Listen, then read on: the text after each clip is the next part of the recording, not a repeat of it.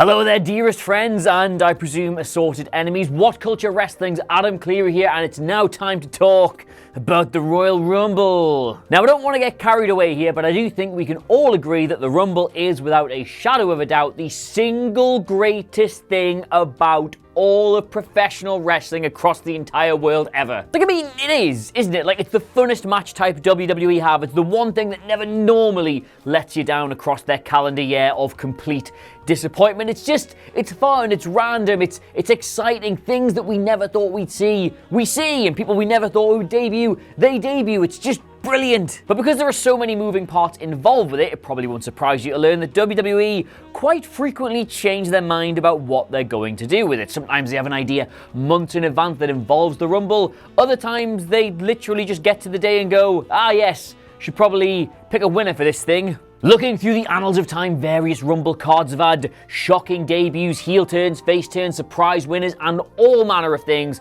that lead right into WrestleMania. You will not believe how different some things could have been. Well, I'm saying that you will, because I'm going to tell you about them all right now. My name is Adam Cleary, and these are 10 shocking Royal Rumble plans WWE originally had. Number 10, 2016, calling an audible. Remember 2016's Royal Rumble when then champion Roman Reigns entered? You do? Well, WWE don't want you to, because they want you to think that Brock doing it this year is somehow original. And speaking of original, the original plan for the end of that match was not what we saw on the night. If you remember, Triple H threw Roman Reigns over the top rope, then he and Dean Ambrose went mano a mano to see who would be crowned WWE champion. According to reports at the time, that was not the plan. Instead, it was supposed to be Roman versus Triple H going one-on-one at the very end of the match, but so dismayed were the producers by the reception Reigns was getting during the match itself that they called an audible and decided to put Ambrose in that spot instead. Does seem an awfully long time ago now where they simply could not do anything to get Roman Reigns cheered. Like 12 months prior to this, he was booed out of the building upon winning the Royal Rumble. The Rock was booed out of the building just for raising his hand, and they were trying to present him here as the all-conquering babyface hero having the deck stacked against him by the Authority, and in the end they were like, no, get rid. Number 9, 1990, the perfect winner. Hogan must pose. Now that mantra, according to Bruce Pritchard, runs through the terrifying hellscape that is Vince McMahon's mind quite often, but one time it probably definitely did was the 1990 Royal Rumble. Now, according to old Bruce, Mr. Perfect was one of the leading candidates to win the 1990 Royal Rumble. He was on this mad, undefeated streak that wasn't going to end until WrestleMania 6, and he was this almost perfect heel contender to actually win the Rumble and just stick it in his back pocket, then go after the Ultimate Warrior at some point. And then Vince had a good old long look at it and went, nah, sod that, and had Hogan win so he could pose and grin and smile and beam with the live crowd as the show went off the air. Now, your dad will tell you that they needed to do this because of the whole Ultimate Challenge thing, but anybody with half a brain can look at that and go, yeah, you didn't need the Rumble to set that up. You could have done something else. Number 8, 2019, Braun beats the Beast. Ah yes, last year's Rumble where Seth Rollins won to take on Brock Lesnar at WrestleMania. Everyone was like, yes, this makes a whole lot of sense. Seth's probably the next up-and-coming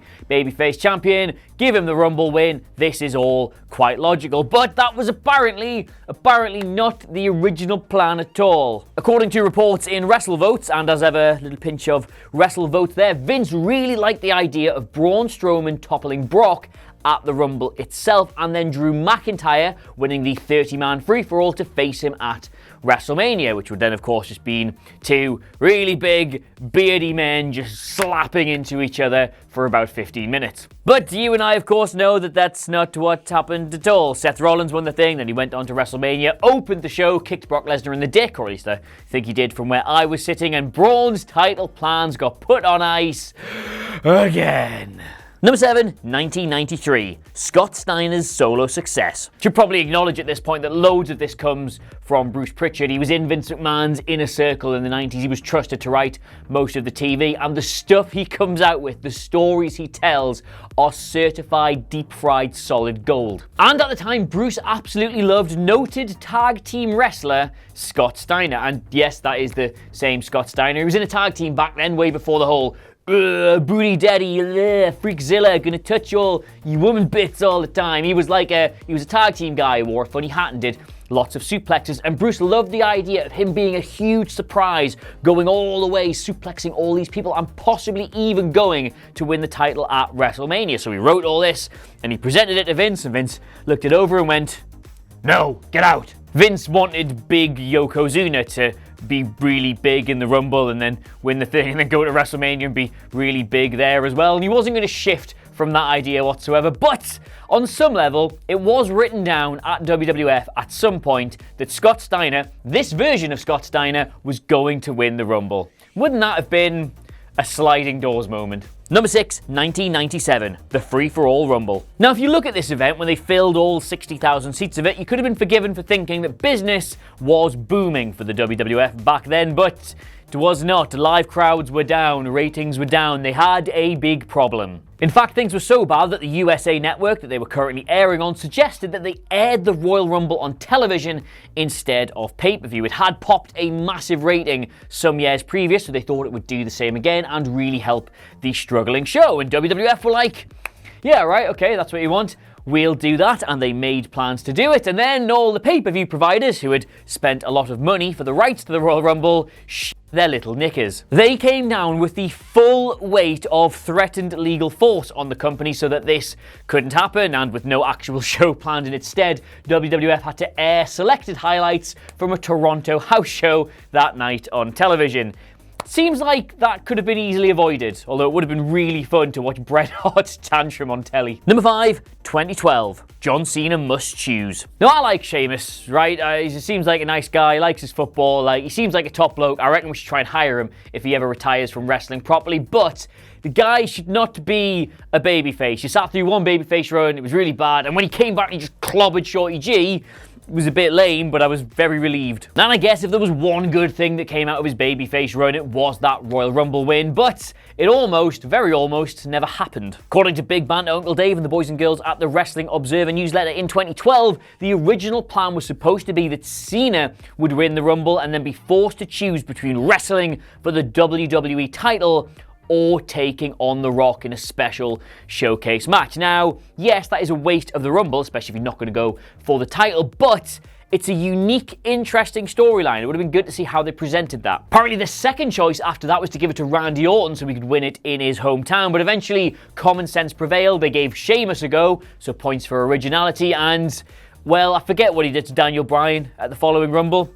Just erase that from my mind. Number 4, 2010. Batista gets the edge. Now you see, whatever your favourite Royal Rumble is, I promise you the 2010 one is better than that. Unless your favourite one is the 2010 one, in which case I guess it's a tie. But the thing is, it's impossible to imagine anybody other than Edge winning that thing. The injuries, the comeback, the story, the pop, everything, it was absolutely perfect. And of course he went on to challenge at WrestleMania, but the original plan was similar to this, but also different. Basically, Chris Jericho pitched the entire idea that him and his fleeting friend / sort of tag team partner would collide at WrestleMania in a sort of ready-made story, but that it needed a little bit extra juice. So Edge would come back, win the Rumble, Jericho would knock off The Undertaker and take his championship, and then, well, that opens up a whole load of other doors for you. It means you can do Shawn Michaels versus Undertaker without the unnecessary baggage of championship gold, but the downside to this is that they just kind of had to brush away Batista, who was originally supposed to win it. So next time you're watching that moment back and thinking, wow, sometimes WWE really do know what they're doing, it was Chris Jericho. It was all Chris Jericho. They wanted Batista. Number 3, 1996. It's Sabu. See, if you think back to 2010, it's almost impossible not to picture Edge entering that Rumble, but conversely, it's also almost impossible to picture Sabu entering the 1996 Rumble, given how cartoonish the WWF was at the time and that Sabu was, well, trying to kill people in ECW. And again, Bruce Pritchard, my God, thank you so much, Bruce Pritchard, said on his Something to Wrestle With podcast that back in 1996, talks got to a very advanced stage to have Sabu feature from ECW as a one-off in that year's Royal Rumble, provided he was allowed to eliminate himself to kind of keep his aura going. Like, apparently he was bang up for it. He really liked the idea of running in, killing a load of people, and just leaving of his own accord. But Paul Heyman got wind of the idea and went, "No, pal, trust me, like, the ECW hardcores will see you taking this payday and not want to be your friend anymore." And he thought about it and went, Yeah, alright, I'm not going to do that. Just want you to try and put those two elements together in your head for me there. WWF's like mid-90s sickly sweet home video presentation, and SABU, the homicidal, suicidal, genocidal, pesticidal thing that he had going on. It's not going to work. Number 2, 2019, The Rock wins. Yeah, I don't know what the hell they were doing last year. They had all these different ideas running around all over the place, and idiots like us have somehow managed to catch wind of them, but here you are. Yes, way back, many months before the 2019 Rumble, when WWE were putting together their long-term plans, their long-term bookings, trying to work out how they were going to sell out WrestleMania, what they wanted to do was Roman Reigns versus The Rock. And to set that up, they wanted The Rock to come back and win the Royal Rumble. Yes, that means Seth Rollins wasn't even second choice behind Drew McIntyre, he was third, at least. Now, of course, when Reigns had to announce he was leaving to battle cancer in October of 2018, all these plans went straight out of the window, or maybe just got put on the back burner. We'll have to wait and see, and they had to completely rethink their WrestleMania structure. But if that hadn't happened, there is every chance this could have. Now, I don't know if The Rock was free. I didn't ask him myself. He might not have been able to do it, but they were going to move heaven and earth to try. You kind of got to feel for Seth Rollins a little bit, haven't you? Like, yes, we want The Rock to win the Rumble. Like, oh, what's that? Oh, we can't do that. Well, let's get BRAUN or Drew or someone big to do it. And oh, well, if that's not going to work, well, Seth, I guess you're free, aren't you? Off you go. Yeah, I'm special. Number 1, 2000. Heel Stone Cold. Yes, and in a similar vein to Roman Reigns' illness forcing them to rethink their entire WrestleMania structure, including the Rumble, so too did Steve Austin's neck surgery. They had to tear up their entire script. You think back to Triple H versus Cactus Jack in that street fight, that was apparently never supposed to happen. They were never going to put Mick Foley in that main event feud because the idea had been that it was still going to be Austin at the top of the card. However, he would have turned heel. According to the Wrestling Observer, the original plan for WrestleMania 2000 was that a heel Stone Cold Steve Austin was going to drop the WWF Championship to a babyface Rock to cement him as the biggest, most popular star in the company going forward. Now, of course, they had to take that out of the equation with the neck surgery, and who did they replace him with? Triple H. And it still would have been Triple H in that main event at the Rumble, but it would have been against Austin going forward. And the whole thing, the whole McMahon-Helmsley thing, it was all just because Austin had neck surgery. Now, it's not for me to say this, but is Triple H the luckiest on the entire planet? So there you have it, my friends. Those are 10 original plans for the Royal Rumble that were thrown out the window, and something much better, or in certain cases much worse, was put in its place. Let me know what you made of them all in the comments below. Of course, don't forget to like, share, and subscribe. But in the meantime, though, thank you so much for watching. I've, of course, been Adam Cleary. I can't wait for the Royal Rumble, and I will see you soon. Bye. Hi guys, I'm Adam Wilborn from What Culture, here to let you know we want your live event videos, whether that be something that happened after the cameras stopped rolling, or your reaction to something amazing that went down at the show you were at. Stuff like this. One of the other sweetest things I've ever seen was just recently when we saw Roman Reigns kick the shit out of cancer and come back on Monday Night Raw.